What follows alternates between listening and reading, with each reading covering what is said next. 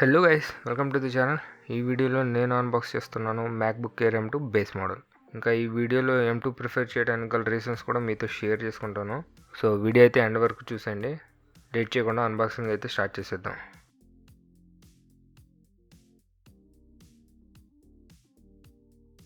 Open చేయగానే first మనకి laptop కనిపిస్తుంది, ఇది పక్కన పెట్టేద్దాం.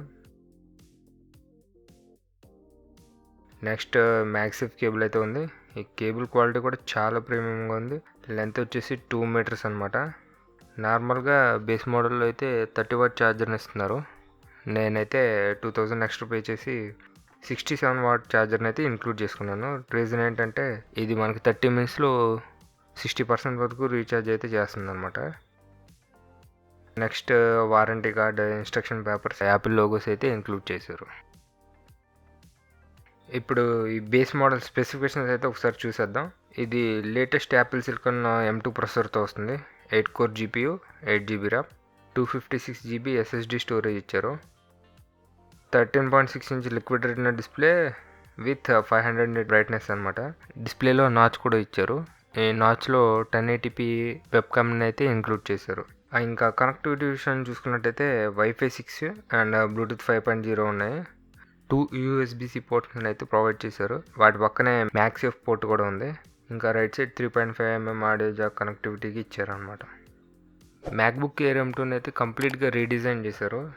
ఈ డిజైన్ కూడా ప్రో మోడల్స్కి చాలా సిమిలర్గా ఉంది. ల్యాప్టాప్ కూడా చాలా స్లిమ్గా ఉంది.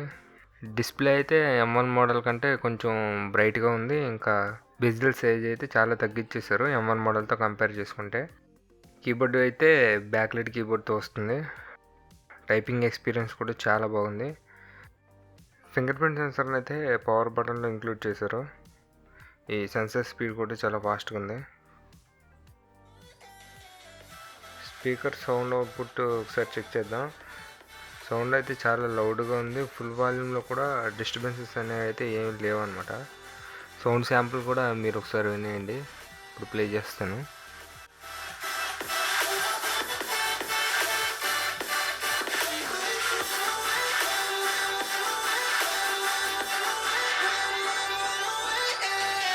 యాపిల్ కంపెనీ అయితే మ్యాక్బుక్ ఎయిర్ M2కి 18 అవర్స్ వరకు బ్యాటరీ బ్యాకప్ని క్లెయిమ్ చేస్తుంది.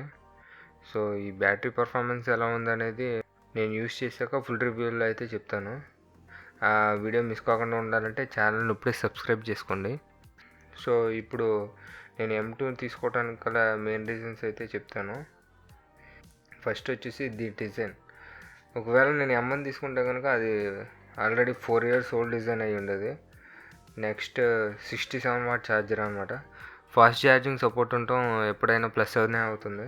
ఫైనల్ రీజన్ ఏంటంటే M2 మోడల్కి M1 కంటే ఎక్కువ సాఫ్ట్వేర్ అప్డేట్స్ అయితే వస్తాయి. ఒకవేళ లాంగ్ టర్మ్ కనుక ఈ ల్యాప్టాప్ని యూస్ చేసినట్టయితే M1 కంటే ఎక్కువ అప్డేట్స్ M2కే వస్తాయి అన్నమాట.